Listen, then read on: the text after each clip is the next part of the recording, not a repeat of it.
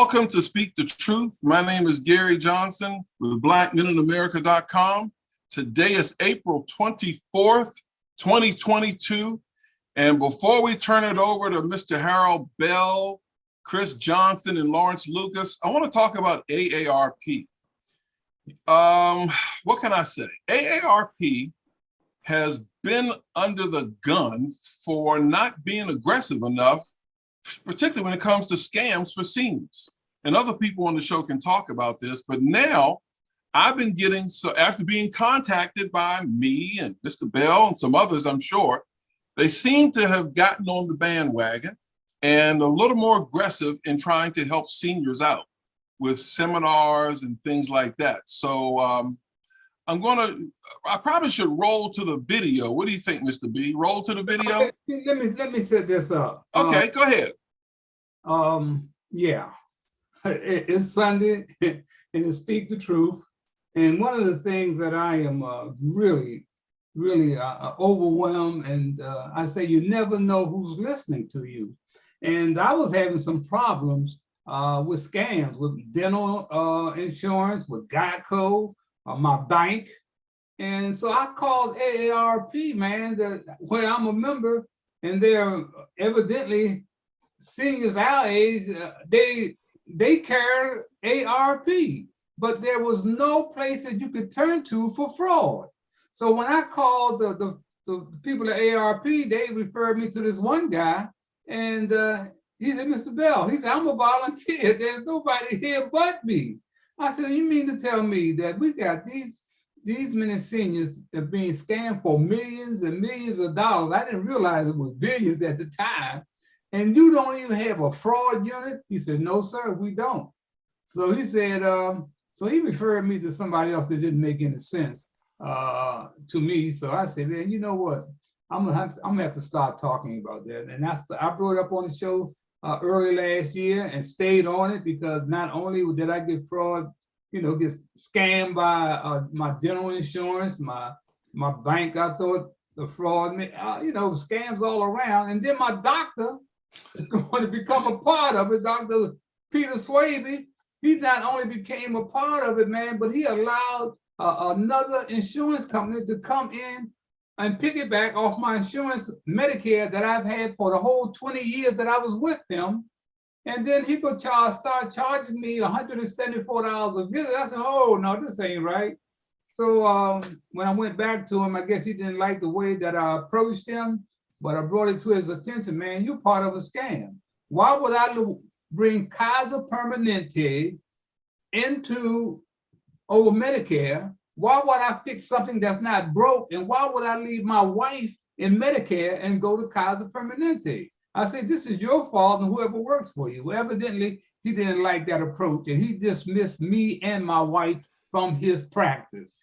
So I said, no, man, something is really wrong here. So since that time, we have been on it. And so I'm thrilled to see that AARP has gotten on the bandwagon, decided they will put out alerts. In fact, the first alert that I heard in our community was on WHUR radio. I said, man, is that a coincidence or what? And now they've come out with this latest bulletin, the bad cops or the bad boys, that AARP is going after them. But it's been such an insult, because you got guys like George Foreman and Joe Namath and all these guys talking about, open season of Medicare. And George Foreman, man, he's in no need of Medicare or anything else. But the real insult came to me when I saw they put horses on as an ad. They put horses. So they give senior citizens no credit for having any sense whatsoever. Gary, when you run that promo with the horses, this is embarrassing. I haven't seen this until now, so here we go. Whoa there, partner. Hold your horses. If you have Medicare, you need to listen right now for an important announcement straight from the horse's mouth. What are you talking about? Medicare Part C, also known as a Medicare Advantage plan, allows you to get extra benefits not offered by Medicare Parts A and B. Extra benefits like dental coverage, including cleanings, fillings, extractions, dentures, and root canals. Not this again. More advice from you? Listen, partner, you and I are getting a little long in the tooth, and dental coverage can help keep our health and budget stable. But I'm busy. I don't have time to call right now. You and millions of others are missing out on a plan with extra benefits, and the Medicare Benefit Support Line can help you find out if you qualify to change that. They're offering a free Medicare benefits review to anyone who calls right now, so stop horsing around and pick up the phone. I shouldn't have to call. I called last year. Right. How much could change in just 1 year? What do you know about Medicare? Well, I know enough to tell you to call the Medicare Benefits Support Line for your free Medicare benefits review now. Some plans include free hearing aids, free eyeglasses, and free transportation to doctor's appointments at no additional cost to you. Okay, I'd like to save some hay. I'll call later. Now, do it now. Why the rush? I have things to do. Because navigating Medicare can be like the Wild West. Get help and a free Medicare benefits review. Time may be limited. Don't miss your shot to find out if you qualify to get coverage that keeps you in the saddle during your special enrollment period. All right, I'm calling. Good. The Medicare Benefit Support Line is chomping at the bit to help you. Call 800-991-0522. That's 800-991-0522. Call now. Okay. Brother Lucas, what do you think? You're on mute, Mr. Lucas. You're on mute. That's a bad commercial. That's terrible, man. It's insult, man.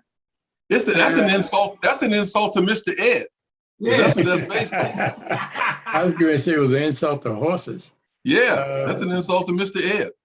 I find it laughable that we've seen almost every major older entertainer come on with these ads all the way from Medicare itself. And now you got AARP, then join the crowd. The only thing I can say is people are being scammed by everybody. Yeah. And it seems to me that if AARP and Medicare and the reasons for them coming up with all these advertisements, it tells me something that is not in it good for the people that subscribe to it. That's simple. Mm-hmm. Okay, Gary? Now, in fairness, I really try to be fair. I don't think, I was trying to look very close. Of course, no one could read the fine print on that commercial. It was so small. I think that was a Medicare or Medicaid, one of those company ads. Mm-hmm. I didn't see AARP linked to that anywhere, but that's the problem. Right. There's so much stuff that people can't sort it out. Mm-hmm. They can't sort it out, especially seniors. Right. You know, it's just tough. Mm-hmm. Chris? Like you said, it's an insult to people's intelligence with that ad, and just to try to capture the nostalgia of old people, older Americans for, with some of their favorite shows maybe that they grew up watching, and try to connect with them over that. But like you just said, it's a scam because it's designed to be confusing. It's designed to be predatory. It's designed to get in between you and your doctor and extract profit from you, which is why, again, a Medicare for All system is the only way to really go. It's the only answer. Is what single payer healthcare system that we have in every other country, where it's simple. It's one provider, which is the government, which makes it simple. There's no middleman in between you. There's not all these companies and all these plans and this plan or that plan. It's just one plan. You're covered, and that's the simplest solution. But again, with the corruption in our government, they pretend it's impossible to get there, even though every other developed nation has gotten there. Mm-hmm. This is what I've always thought. I said, and this is where I blame AARP, is that AARP is in a position to be able to tell the seniors, this is the best way to go. Cut out all that BS and say, this is what we've done our research, and we think that these two organizations may be better for you to go, where you can, be treated fairly and not be scammed. See, they got all these things, and like Chris said, they are designed to confuse seniors. That's what they're designed for. So AARP ought to step in and say right at the open season, we have decided that these two companies or these two corporations are the best way to go to get the best dollar, get the best, get the best for your dollar, man. Because that's not happening now, and too many seniors, like I said, are being taken to the bank. Almost like Consumer Reports. You know how you get Consumer Reports? Right, that's right. Yeah. Yeah, and they say, hey, these are the top 10 or There the you top go. 5 best automobiles or Mhm. the best washer and dryers. Mhm. Yeah, I like that. Is Consumer Report still around, Gary? Yeah. It is? Oh, yeah. Yeah. I subscribe. I still get it. As a Okay. matter of fact, now that I think my homework assignment is to see what they say about healthcare plans and Medicare. Okay. I think I'll make that my homework assignment. Right. Okay. Something came up too that just got my attention. Y'all know how much I love This Is Us, right? Eddie Claude, man. I swear by Eddie Claude. Well, I just happened to be browsing around the internet, and I'm a Bill Maher fan. I like it, man. This white boy is on top of it. Well, he and Joe Rogan hooked up, which Chris tell me that Joe Rogan is the top guy in the world, man. And when it comes to podcasts, and I didn't know that much about Joe Rogan until they started getting in that mess about some other things that he was going through. But I took time out to listen to 2 minutes. I didn't need to hear but 2 minutes of this particular podcast with Joe Rogan and Bill Maher. Could you hit that, Gary? Because it's all about what happened to common sense. All right, let's do it. Here we go. An experience. Well, I think that's because we are both seen as people who are sort of like commonsensical. And that is what there is a hunger for, I think, in America more than anything, is common sense. Yes. Away from the extremes. I mean, when people say to me, don't you think you've gotten more conservative? No, I haven't. The left has gotten goofier. Yes. So I seem more conservative, maybe, but it's not me who changed. Yes. I feel I'm the same guy, but 5 years ago, we hadn't spent $6 trillion to stay home. I mean, I understand we had to do something with the pandemic. I'm not sure that was, I remember when $1 trillion was too much to spend on anything. We didn't spend $1 trillion to bail out the economy in 2008.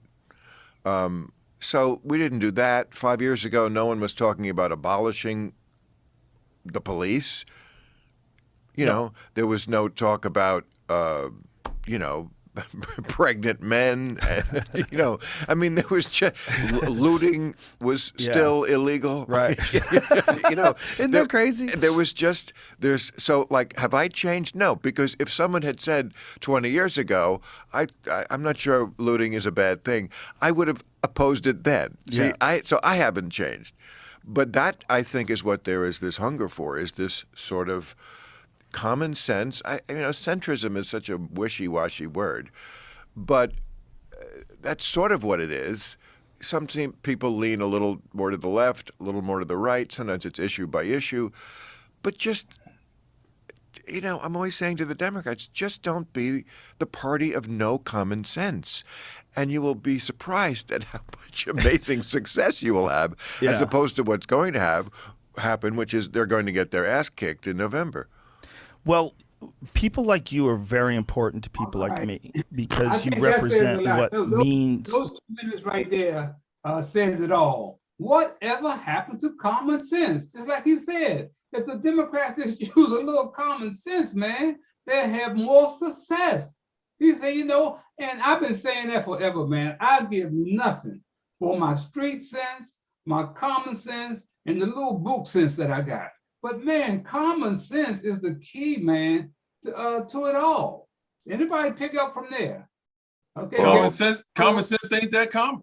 Go ahead, Chris. Yeah, and Bill Maher he's definitely changed. He's gotten way worse in his commentary over the years. When he's talking about common sense, he picked Amy Klobuchar to win the Democratic primary in the presidential election. So he's way out of touch. He's way, way on another planet in his elite bubble, where he thinks he's got the same takes, where he actually used to be a respected opinion, and now he's basically a joke in the national media with his outrageously bad takes. But yeah, it's they're not wrong about the Democratic Party, not having common sense. I mean, that's pretty basic, but neither does the Republican Party. They're trying to ban books, and they're banning math books because they're too friendly, and they're teaching emotional intelligence down in Florida. It's not even any race thing. So they're on like some witch book burning stuff from 1462 in the Republican Party. And so I would argue that they don't have common sense either. It's not just a Democratic thing to call out on one side. I think our entire government is lacking common sense. Okay. I think Chris is absolutely right. I do feel as though, and I've been thinking for a long time, that the problems we're having in this country, because I don't think they're using common sense to drive solutions and get to solutions and get to change. What is happening here, in lieu of common sense, it's how much money has gotten in the way of common sense. And money is driving everything in our economy. And all the way from insurance fraud, all the way from gas prices, all the way to oil, all the way to how the government does business, and how it treats its citizenship. So I don't see any common sense. And I've been involved in this, and I did a lot of reading this week, preparing a letter for Cedric Richmond in the White House. And I'm trying to get the White House to think with some common sense in dealing with racism in America, i.e. USDA and the Black farmer issue, racism and sexism, and sex abuse at the U.S. Department of Agriculture. There seems to be no common sense and judgment in politics, and it has ruined this country. It has ruined the Democratic Party because they themselves complain about money coming from and how the Republican Party is supported by money. You're going to have to convince me where they're doing anything different. It actually can even break it down even further. There's a viral video that came out this week that explains there's a Republican, I forgot his name, but I actually have the video. I can pull it up and screen share it. But he is on hidden camera and he breaks down why our government has no common sense. They're aware, like the people in Congress, they're aware that the laws are ridiculous and they're written in a way that doesn't reflect what their voters want. They know that. And he broke it down in very detailed of how things can't get done in Washington because special interests have so much control. Like committee seats, in order to make a difference, literally have to be bought and paid for. Like they cost like $500,000, $1 million you have to pay every 2 years to keep a committee seat. So if you want to make a difference on an issue, the more the special interest cares about that issue, the more expensive that committee seat is to buy, which means there's no way you can raise it from your constituents back home. You can't go raise a quick $2 million from your small community. They don't have it to donate to you like that. But who does? ExxonMobil, all the special interests, the big pharma, all of that. So they're going to raise that money and you're going to get a quid pro quo. They're going to want a favor back in exchange for that money. So then you work for them and you don't work for your constituents. And that's just how it works. Those committee seats literally have to be bought. Our government it's designed to function in this way, to be corrupt. It's not even designed to be responsive to the needs of the voters anymore. And it can't. The fact that they know that, and then even the Republican guys, like, it's messed up. Like, even if we wanted to do something good, in order to get in a position of power to do it, you have to sell out. It's a circle. So that's why the policy debate is getting so ridiculous. There are issues that are getting to 75, 80% popularity, and we can get no movement on them. Not even a debate. They won't vote on it. They won't even, it's dead on arrival. So it's getting ridiculous. The corruption is getting so outrageous. Even the regular person sitting at home is noticing. The person who's apolitical, the person who doesn't care about politics, they can notice that something is not working right. Something's wrong. And to agree with what Chris is saying, and I keep bringing this up, and I think there's a political consequence that is going to, and the indicators are going to be shown in November and in 2024. It's going to be a bloodbath, like bloodbath. like in terms of the Republicans running on nothing. They don't have to run on anything because, like I said, the Democrats are running on Joe Biden's accomplishments, which is no, none is. I can't even name one off the top of my head that helped regular people. So good luck with that. What was there? A Harris poll this week? He's down at 40 or below 40? Below 40. Good gracious. That's rough. The lowest in modern times. Wow. You know, the thing is too, we got, like Chris was saying, going back to Chris again. I mean, all they got to do is find out what one side of the aisle wants, the other side of the aisle doesn't want it. I mean, it's just as simple as that, man. It could be folks, man, saying we need this, the 80, 90%, but if the Democrats say, yeah, let's go with it, the Republicans go say, no, we can't go with it. That is what we're talking about, common sense. And something that came up again this week is, what's this guy, McCarthy? One of Trump's boys, he called Trump out. Man, we need to get rid of this fool. You understand? And he didn't realize, as we always say, those cameras are watching us. We got those tape recorders on. And so he denied that he, that he called for Trump's resignation, to call them all out. And they found the tape that said he did. You know, he just jumped back on. First he was against Trump, now he's with Trump. So politics, man, the greed is what's really driving all this stupidity that we see among our politicians. Anybody? I call it fickle politics. Yeah. Well, Gary, you came back home. You and Chris came back home this past week, and came back home in time to be in the midst of the Wild Wild West. Yes. The Wild on Van Ness, up there in Van Ness. Van Ness. Isn't that something, man? I mean, look like, man, there were blocks of cops all over the place. I mean, look, well over 100 cop cars up there for this shooting. The only thing that you can say is good about this shooting, that no one was killed. It was 4 wounded, but they had that neighborhood in an uproar. And they were escorting people out of their apartments and had the guns up in the air, shielding them away. Man, that's the kind of stuff we see in the third world, in a third world country, not here in the nation's capital of all places. But had the kids on lockdown from the school.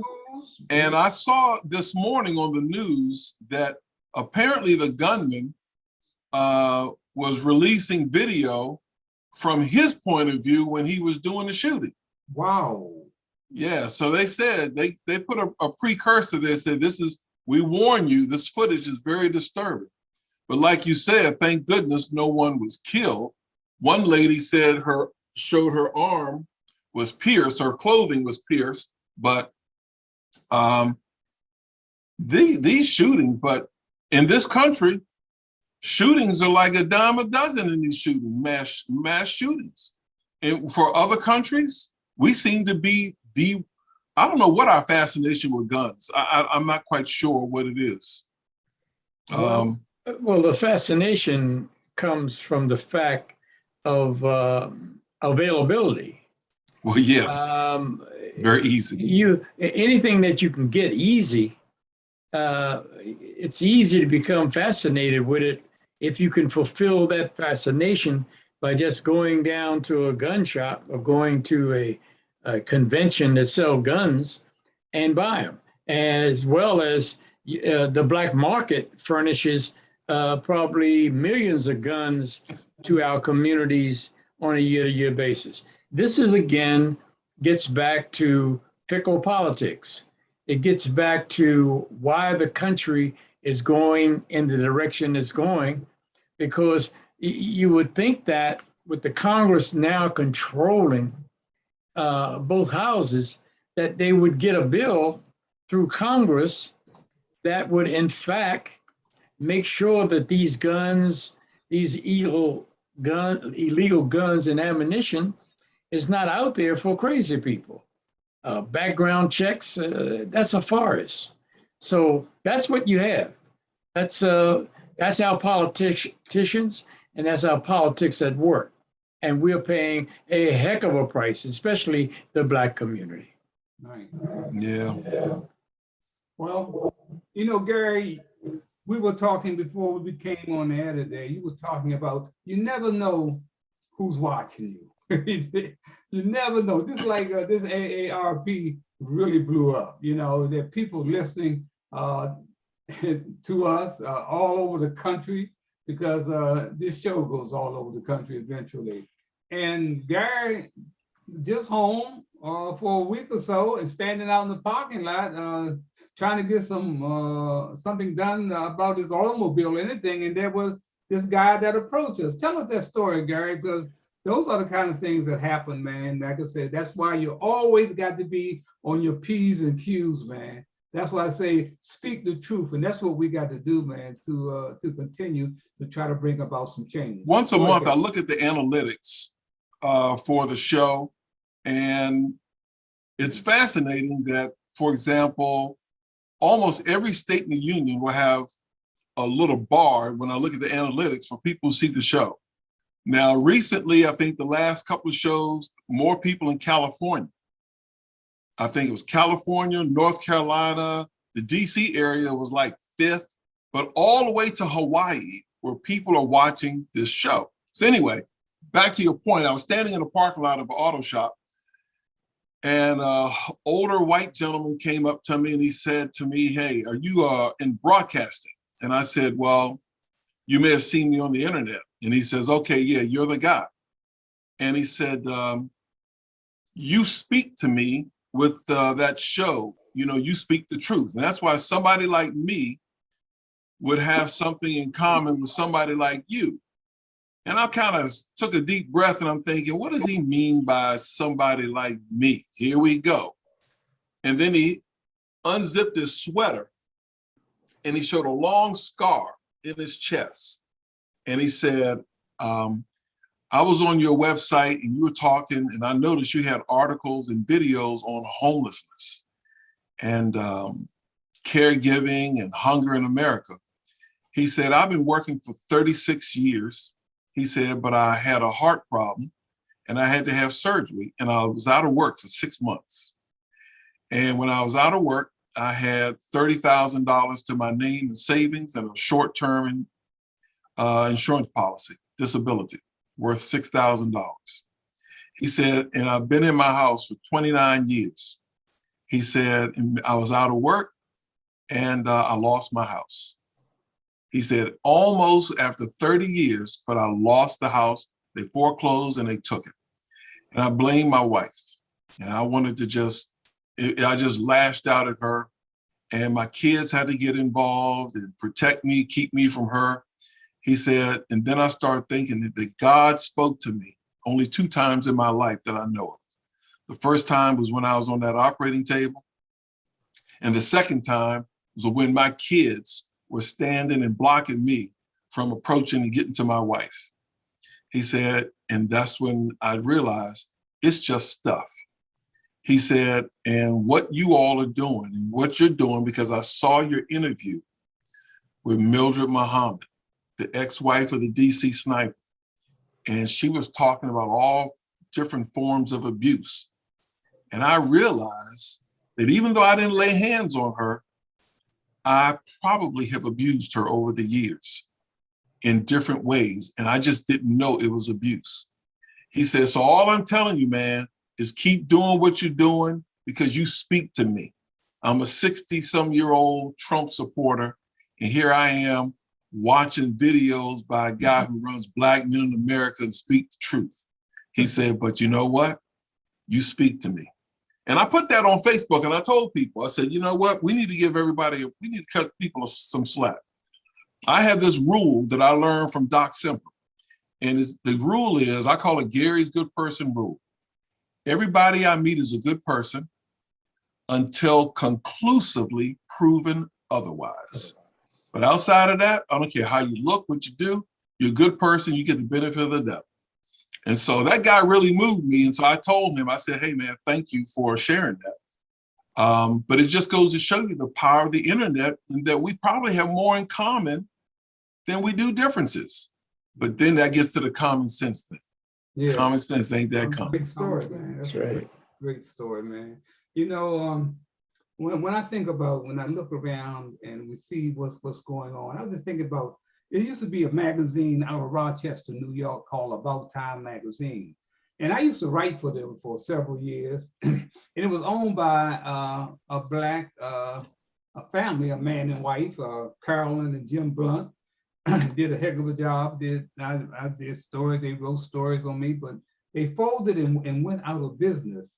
And I had not been able to get in touch with Carolyn or Jim for years. I've been calling all these numbers, and I reached her about a week or so ago, and she was saying that she does a little writing now and, you know, gets back into it. But I said, Carolyn, I just read somewhere that Rochester has a murder rate off the charts. Y'all got murder all over that city. I said, and you've always had police brutality and racism.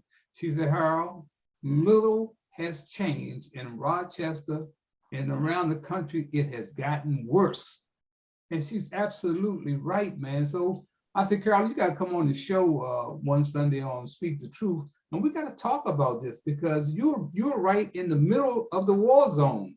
And I know it's the war zone because I was writing for About Time magazine. I was reading the stories that you were writing, and I was writing kind of follow up. So, you know, nothing has changed, man. And it all comes back again to common sense. You know, just like I said, Bill Mayer was saying, I didn't want it to go but 2 minutes, Chris, because you're right, because he's kind of way out there now. I used to like him. I still like him. I don't listen to him as much as I used to, but we don't use any common sense, man. And we don't use common sense because now it's all about greed.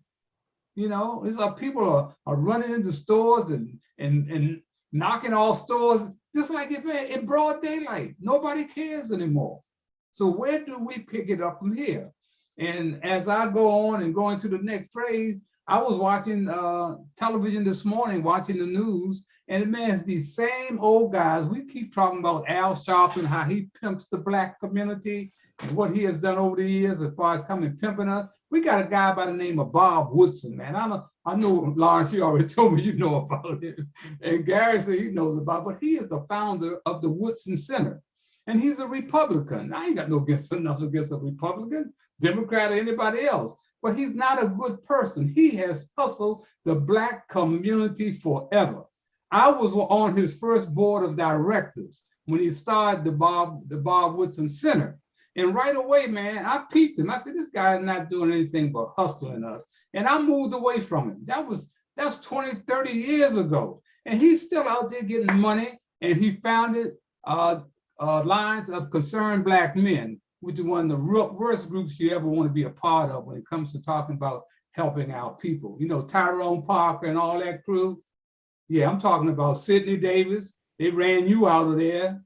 Everybody said, where did Sidney Davis go, Harold? I said, no, we gave him a platform and he just disappeared. Now he's gone over to Glen Ivory. They go from one deadbeat to another, man. So we got to stop and think about, man, why are these people always going back to the Bob Woodsons and the Concerned Black Men, because that's a part of Bob Woodson. But we got to expose these folks, man, because they're not helping any of us, our kids or our senior citizens, man. So we got to keep on moving, man. And I don't know, man, when you stop to think too, we got kids spitting on teachers. You know, so what the hell is going on? And then they arrest the teacher. Chris, bring me up to date on that.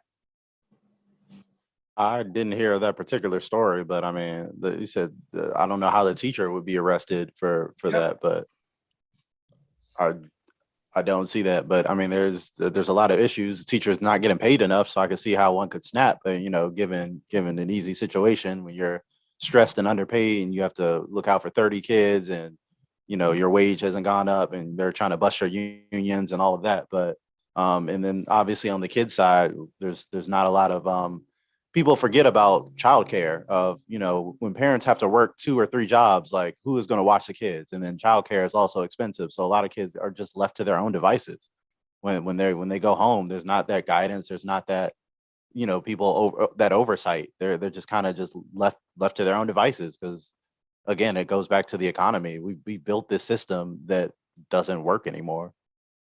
Mm-hmm. Lawrence, tell us about what you know about Bob Woodson. You said you met him way back. I just went off on you this morning. You said, Harold, hold it, I know Bob Woodson. Well, what I know about Bob Woodson, he came out in the 50s and 60s with a program that I think basically was a good program. I was always concerned with not so much the program because I didn't follow him that closely, but I did see him on a number of shows, and the radical positions that he was taking at the time, which completely diopposed to what Blacks were thinking at the time. And it just seemed to me that every time there was a show and they needed a Black person to come up and talk about conservatism or talk about how bad things are in the community, and more or less put down many Blacks during that time who were contributing, like yourself, Harold, in the community, good things. So I didn't spend a lot of time watching him, but the impression I got was that he was on the dole of the Republican Party, and he was making sure that he could get his programs funded at the expense of the American taxpayer. That's right. But I never knew or never had a chance to look at his programs or be able to tell whether those programs were a success. I never heard about the success of the programs, so the assumption is that they were not as successful as he pretended they were. That's right.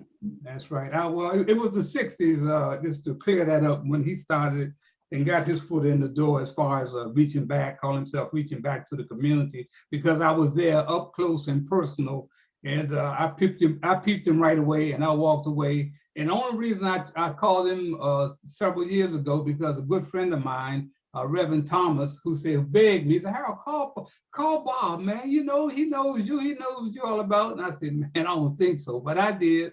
And really didn't get any response because I know the real deal there. But man, it's folks like that, man, that keep pimping us, and they keep going to them as our leaders. We don't go ask some white man who his leader is. You understand? That's right. That's right. Some white man ask him who his leader is, but they pick a guy like Bob Woodson and keep putting him out front, man. And like I said, he has a book or something out there. I think it's called Red, White, and Blue. How let's see, what the heck is the name? I've had it down here. But anyway, he has a book out, and it's called The Red, White, and Blue, and how he is trying to keep the hustlers away from our history, and he's the biggest hustler of them all. So we got to keep moving. I see Michael Jackson, our attorney in Alabama, has joined us. Luke, you wanted to say something else before we bring Michael in? Yeah, just quickly. The problem is that we don't hold our leaders accountable for their action. We spend a lot of time watching what they do and not evaluating and hold them accountable for what they do. So we're part of our own problem. This whole idea that you can't say anything about Black people, right? Because well, we don't want to say anything about our Black leaders, but they've gotten away with that. Mm-hmm. And this ethos that is rolled through our thinking process about our leaders and how we should be demanding better results from those people who say they care about our communities. We're not holding our leaders accountable. If somebody gets shot, you see more people popping up on TV all around the country, and these are the same people that have done virtually nothing for our communities. That's right. Both our communities at the ground level and our communities on a political level as well. Mm-hmm. Hello, Michael Jackson in Alabama. How you doing, Michael? Hey, I'm doing great. Still on the trail here, but I'm doing great. Good to have you. Come on in, Michael. You hear what we're talking about, our leadership and who? And Yeah, who, I have to agree with Lucas.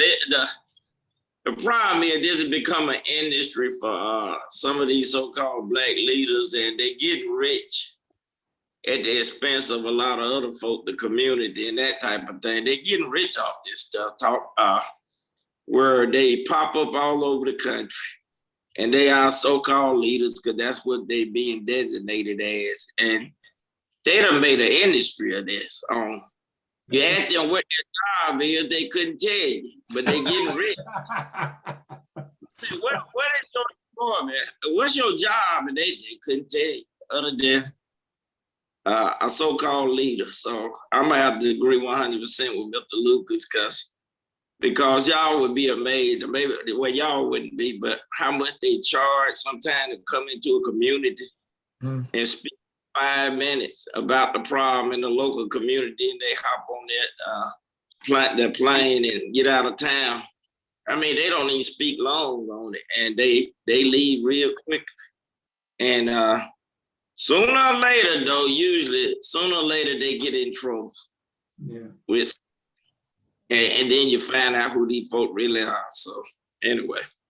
I agree with you. It has become an industry. I think about Bob Woodson, and I think they gave if these charities that are doing something in our communities, and if you get a 3, 4, and 5, you're doing something, you know, that may help out that particular community. But Bob Woodson Center only got 2, so he is suspect.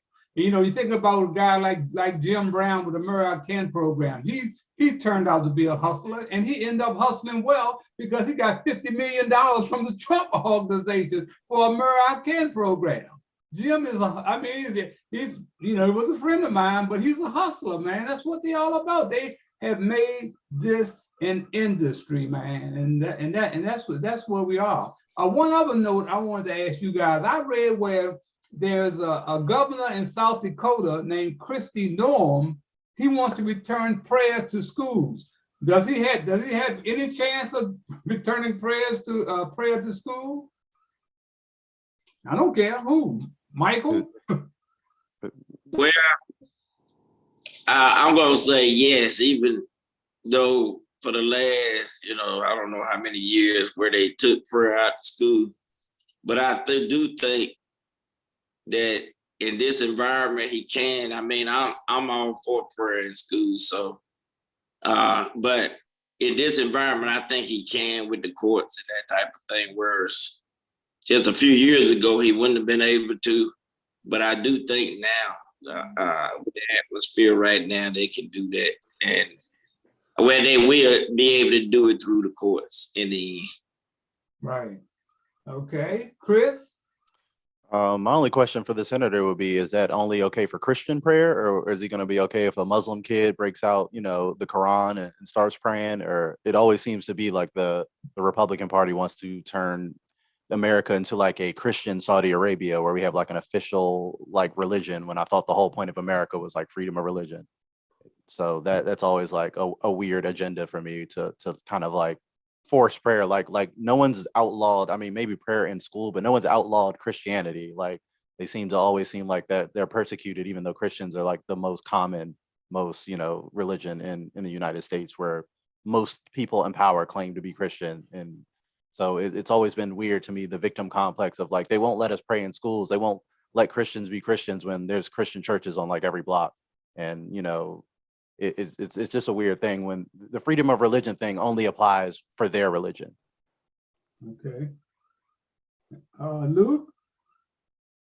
I'm kind of mute on that. Okay. I think that there's going to be a challenge to this idea of having prayer in the schools. We're in a very volatile political environment where you really can't get too much done. That being the case, I don't see that prayer is going to be returned to the schools anytime soon. I really don't. Yeah, the Republicans of South Dakota are against him. The Republican Party is definitely against him bringing prayer back into the public schools. Gary? Yeah, I'm kind of like with Mr. Lucas on this. I'm wondering if this is just another distraction for other things. Um, it's, I don't know. We have so many problems, so many issues, and these culture wars. I'm still hung up on that daggone Tim Scott voting against the Supreme Court justice. Ain't that something? You know, I'm like, come on, man. She's probably the most qualified one up there. Mm-hmm. And it bothers me that I love Cory Booker, but Cory Booker said Tim Scott is one of his best friends. Yeah, that's the problem. Like the ones that are supposed to be halting progress, the ones who are supposed to be the good ones are the ones cutting backroom deals, palling around with them. So how are we ever supposed to get anything done if we're supposed to be fight? If we need fighters to go in and to go against these people, they can't be palling around in back rooms, cutting deals, joking around like that. That's why people are frustrated. And even Cory Booker, who is on the more like side, is not trusted either. Wow. Yeah. Wow. Why is it? I'm just curious, Chris. Why? What is it? What is it about Cory Booker that some people, and I don't know if it's generational or not, don't really like or trust him? What is it about him? He's taking a lot of money from pharmaceutical companies in New Jersey. He ran for president, so like we've seen what his platform is and what he claims to like kind of believe in, and he just. I think he's better than like this levels to this. So like I think it's a nuanced conversation because I'd take Cory Booker over a lot of people in the Democratic Party, but at the same time, if we're asking is he trustworthy, would I like really back a campaign or is he trusted on the left? It's no, because of what you just said. He's an insider. He's a player in the establishment. He's going to be someone, at least to a certain extent, who's going to want to maintain the status quo that has made him so successful. So like as I think he's is better than a lot of the Democrats on the side. I think he's done some good stuff. He's introduced some good legislation. He supported some good things. At the end of the day, he's going to take that same donor money as everyone else. And when it push comes to shove, he's going to side with his donors over his constituents. And I feel like we talked about earlier, it's like that for every politician. It's just baked into the system. It's not a personal thing about I don't like Cory Booker. It's I don't trust he's going to fight his donors to do anything that would actually really disrupt the status quo. Brings us to Lawrence Lucas, who's had to deal with Cory Booker in his office. Lawrence? Well, my contact with Cory Booker has been at a different level. It doesn't seem to create a conundrum for him to support the kinds of Black issues that we've been talking about. We're not talking about passing a bill on guns. We're not talking about a bill that have a discussion about what the oil prices are going to be. We're not having a discussion about controlling the insurance industry and pharmaceuticals. My contact with Cory Booker has been where it comes to civil rights and things that would benefit Black people, specifically the Black farmers. I think, and my contact with him has been very positive as it relates to what's going on at USDA. But it's what you have to always do with any politician.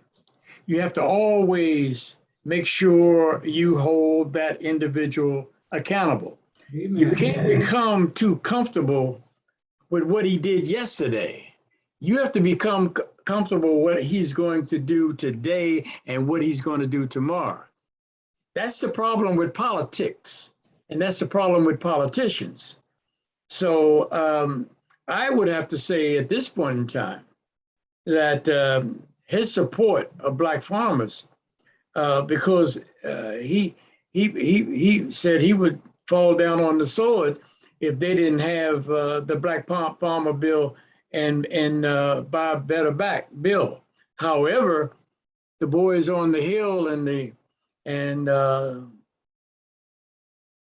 Secretary Vilsack has seen to it that Black farmers are not being paid debt relief, offset money. Offsets meaning billing them through their through their social security checks and things like that. So he's still being tested, and we have to continue to test him in this vein. Now, what's going to happen tomorrow? I would not predict that because of politics and the way politics operate and the way politics control the policies in this country. And I still have a problem with the fact that we have a Democratic Party that supports a secretary that refuses to do anything for Black farmers. I have a problem with a party and a presidency that knowingly confirmed Bill Sapp for a third term, knowing that he had a history of discriminating against state employees in the state of Iowa before coming to USDA. I asked a representative, a political advisor to a senator. I asked him about 3 months ago, I said, were you aware that this man has a history of not treating Black folks fairly in the state of Iowa? And I must say I was shocked. And I mentioned this on the show before, and I'm still taken back that he told me yes. He told me yes. Yeah. Wow. Yeah. Yeah, it's like I said before, they know like how bad it is in DC. They acknowledge it. They're aware. And another question I would ask, if Cory Booker had a better political instincts, he could be someone who could. The Democratic Party desperately needs someone to run coming up, and the fact that Cory Booker already ran and his campaign fizzled out shows you that he didn't get the support. He didn't have the popularity, whatever it was. He wasn't able to connect with people in a way that people felt was genuine to even make a run. Similar to Kamala, I think he had a better campaign run than Kamala, and she ended up getting handed the vice president. But at the same time, like if he really was, I think if he was basically competent in terms of having political instincts, he could really make a run at it. He could be one of the people that rises up, and competes for the Democrats. But it seems like it's just really nothing going on there in terms of any traction for anyone. And now they're looking at Mayor Pete. They're looking at people with approval ratings lower than Kamala and Joe Biden to go up against Trump. So like, I would like a Cory Booker or somebody to emerge, at least somebody half decent on the Democratic side, but it doesn't look like that's happening anytime soon. I think one point. I think we have to look away from just necessarily picking someone Black. Here you got Elizabeth Warren, who came up with the plan to help Black people, Black farmers. And she doesn't have probably 10 Black farmers in her district in Massachusetts. Yeah, again, she was another player that kind of shot herself in the foot. She had a great chance before she kind of like turned on Bernie Sanders and like kind of ruined her goodwill on the left. When she kind of started leaning into kind of the Republican culture war kind of stuff, she kind of shied away from the issues as her run was going on. And that happens, it seemed like a lot of the Democrats. And again, I feel like that's the donors. That's them, they want to run these campaigns, and then they say they promise all these good things, but then the donors tap them on the shoulder, give them those phone calls and say, no. And then their campaigns get super bland. They get super generic. Like we said, we don't even know what the Democrats are running on coming up. They're just running on, we're not Republican again. They're just going to try that again. And like, that's not enough. There's nothing there. Yeah. There's no substance there. So that's just where we are. Like when they know their hands are tied, they'll promise to do good things, but they know they can't get those things done. They know they'll never get those bills through. They know their donors will never let them do half of the things that they promise. And people have figured out the game now. All they do is promise things and don't get anything done. They've been talking about trying to improve Obamacare for 20, since it's been around, and just to tweak it around the edges. All they do is make promises that never get delivered upon, and they've woken up. Michael, come on in, Michael.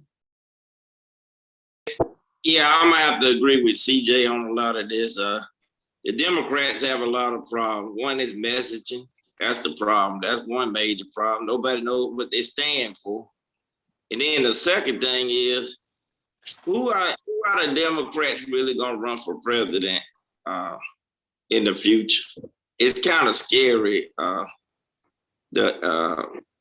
The reserves out there, because you don't see any starters out there ready to take up the mountain to win. As far as Booker, he's come to Selma once or twice to speak, and I hadn't went to see him, to be honest with you. I like Booker, but it just didn't excite me enough to go to the event. So I hadn't personally met him. But there is for some reason, he just not catching on the way he should, because everybody knows Booker's name, but he's just not grabbing people like some people have that ability. And he doesn't seem to have that complete ability to grab people outside his area of New Jersey. He just can't seem to connect beyond his own little base. That's what I'm saying. And it's not just him, there's a few others like that in the Democratic Party, but they're gonna have to get their act together, because 2024 is gonna be up on them soon on the presidential stuff. In another year, they'll be running for president. After this next year passes with the midterms, after that, folks are gonna be running for president. And really, other than a 95-year-old Biden, who is there to run? Hey man, let's get out of here on a positive note. I think we're about running out of time, but I want to bring up the United States Football League. You know, football in the spring or in the summer now, as we look. We got the United States Football League. And I asked Gary today, before this came, I said, Gary, this is United States Football League. It's nothing but minor league. I said, but do they have any black owners? So Gary said, I'm gonna check into it and see if they got the black owners. What did you find, Gary? I tried to do some quick research, because you would think if there was a black owner or a black ownership group in professional football, it would pop up. I didn't find anything. Wow. And last weekend or 2 weeks ago, yeah, I guess it's 2 weeks ago, when they the weekend that they debuted, I tried to watch. I did my best to try to watch, the USFL. I mean, I tried to hang in there, and they had the players mic'd and the coaches mic'd, but it was just kind of like a combination of Vince McMahon wrestling for football. I don't know if it just didn't meet it was a very low bar. It just didn't do it for me. Well, they asked me about it. Of course, I said it's minor league football, but it's minor league football with television, because I played minor league football with a team called the Virginia Sailors, and we were a minor league team for the Redskins, and we were the hottest thing in town because the Redskins couldn't win a game. So yeah, I say this is minor league football with television sponsors. Even the NFL, they've given them the okay. But has anybody really watched it, Chris, or any of you guys that really watched this football? I watched a little bit. I saw Terrell Owens is in the league. I saw him catch a touchdown. Yeah, T.O. is T.O. He's in there. Yeah. He's catching touchdowns. What is he, 47, 48? He's 40-something. He's out there still in great shape. But yeah, I haven't watched too much of it. But it's like you said, they've had stuff like this before. We've had NFL Europe. It's kind of like, kind of like a G League for the NFL, like a pipeline for other players to get exposure and things like that. Yeah. Gary, let's bring up a little roundtable that I did on some great NFL players back in the day. I had a football roundtable with the great Jim Brown and Johnny Sample and Willie Wood. I want to show that because people always ask me, who's the greatest running back to ever play in the NFL, or the greatest football player to ever play in the NFL? Let's run that piece, Gary, that we got. Okay, yeah, let's see. Who would you all consider the best running back in the last 2 years in pro football? Last 2 years. 2 years. Oh, Barry Sanders. There's no question. Without a doubt. Okay. Just like you, the best of all time. There is no doubt. When you talk about running backs, I get blanked out. I only know one. That's number 32. Everybody else is a pretender. Man, number 32 Who? was OJ? OJ is a pretender. We compare everybody to you. You all saw Buffalo, right? Oh, yeah. I'm glad you said that. That young man can play some football. Well, why don't you give us who you think That young man in the can last play 2 some years? I mean, football. you're the guy. Well, I've extracted something by reminding Buffalo, and he's come up with a brilliant comment because you all went directly to Barry Sanders. I mean, he's a which is complete. an obvious choice. But then when you look at true running, talk about Riggins in his last couple of years, last 3 years, that's true running because true running means you can control a drive. Ooh. And you eat up the clock. And you get the hard yards. And when you get on sideline, you turn the shoulder and you drop, you get 2 more yards. Barry Sanders. Okay, Gary, you cut that out. Choice. Okay. You know, he's a good. That was one of the videos that I hated. That I got a better video than that, but when you start talking about running backs in the National Football League, when you start talking about great football players, the number one guy, you know, whatever I might say about Jim Brown is the greatest running back to ever play in the National Football League. I mean, you know, I had a chance to watch this guy, and when I start talking about running back, I think about guys that I've had contact with, like Jim Brown, the great Lenny Moore of the Baltimore Colts, of course, Gail Sayers, I've interviewed Gail, and Dwayne Thomas, even Larry Brown of the Washington Redskins. All these were great running backs, but all of them together, except with Gail Sayers, he just didn't play long enough. There's nobody like Jim Brown. I mean, this guy could play some football, man. And I mean, he played a time when even his offensive linemen didn't like him, and he still ran over people. So we start talking about the great running backs. You have to pick. I have to pick Jim Brown. I remember talking to the great Red Auerbach, and we were talking about the great all-around athletes. And he said, when you start talking about great all-around athletes, the first 2 names come up are Jackie Robinson and Jim Brown. And I had to agree with him, man. Jim Brown is one of the greatest all-around athletes of all time. Lacrosse, he's All-American. Yes. He's in the Lacrosse Hall of Fame. He's in Hall of Fame. Hall of Fame. Played basketball, played baseball, played everything. I'd like to get, a couple of opinions of who you guys might think of. I'm gonna go to Michael. Michael, who do you think is the greatest running back that ever played in the NFL? Barry Sanders. Barry Sanders. Okay, that's a good one. He's a bad boy. But you know what Barry Sanders' daddy told him? Son, you never see the greatest Jim Brown. Come on, Luke. What do you think, Luke? I have to go along with you, Earl. I'm a Jim Brown fan from the heart. No question. You can play it. No question. Chris, I know you're younger, but I know you watched some film. And what are your thoughts on the great running backs that you've seen? Seems like for just a short window, I think Barry Sanders, like maybe because I'm a little younger, like from the 90s, like the impact he had in such a short time, and just the impact, the game breaking ability, just shaking people out their jock straps on the field, just people, the fear he caused in defenders, like was great. And like I said, for me, since I'm a little younger, the great running backs in my era were like LaDainian Tomlinson, guys like that in the 2000s. But there's not a lot of great running backs anymore. The shelf life for running backs is so short now. It's really hard for them to have one of those great Hall of Fame careers now. They only last about 4 years on average. Yeah, that's right. Gary?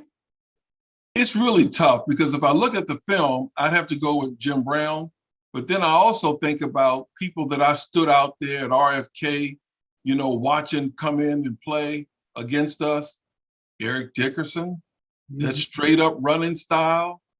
And I was really intrigued that Jim Brown mentioned John Riggins. And the reason he mentioned John Riggins because he could control the game. How many times did Joe Gibbs, how they ran that Riggo drill, He wasn't the fastest, but I think about Walter Payton, Emmitt Smith. But if I had to, you put a gun in my head, I'm going to go with number 32, Jim Brown.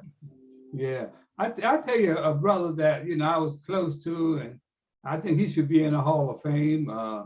There's no doubt about it, man. This guy left his heart on the field, and that's Larry Brown, man. Larry Brown. I knew you were gonna say Larry Brown. Yeah, man, 9 years, man. He gave it all, man. And I remember, you know, we going home after a game, man. I used to have to put him on my shoulder walking through, because he just let that man run him to death.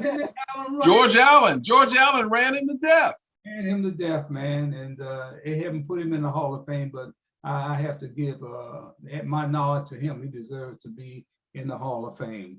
Well, I just want to say, as we go out of here, I want everybody to remember, you know, Gary puts up an alert that, you know, he's not responsible for everything that's said on this show. But also, anybody's name that's called on this show got equal time. You can come on. You got equal time. So you got equal time. Glenn Ivey, Sidney Davis, Bob Woodson, all those folks, man. You got equal time. You want to come on here and you know, say what the real deal is. You are invited. So I just want everybody to say that. I want once again thank, of course, Michael and Lawrence and CJ, my co-host, and Gary for putting this together, our facilitator. And hey, man, just like we always say, that every black face you see is not your brother, and every white face is not your enemy. Until next Sunday at the same time, remember, you cannot soar with eagles when you hang out with chickens. We gone. Be safe, everybody. Thank you.